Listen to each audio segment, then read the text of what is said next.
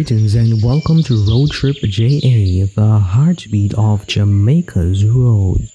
This is the premier channel for all things Jamaican and road trips. Today our starting point is at the Bull Bay Seventh-day Adventist Church.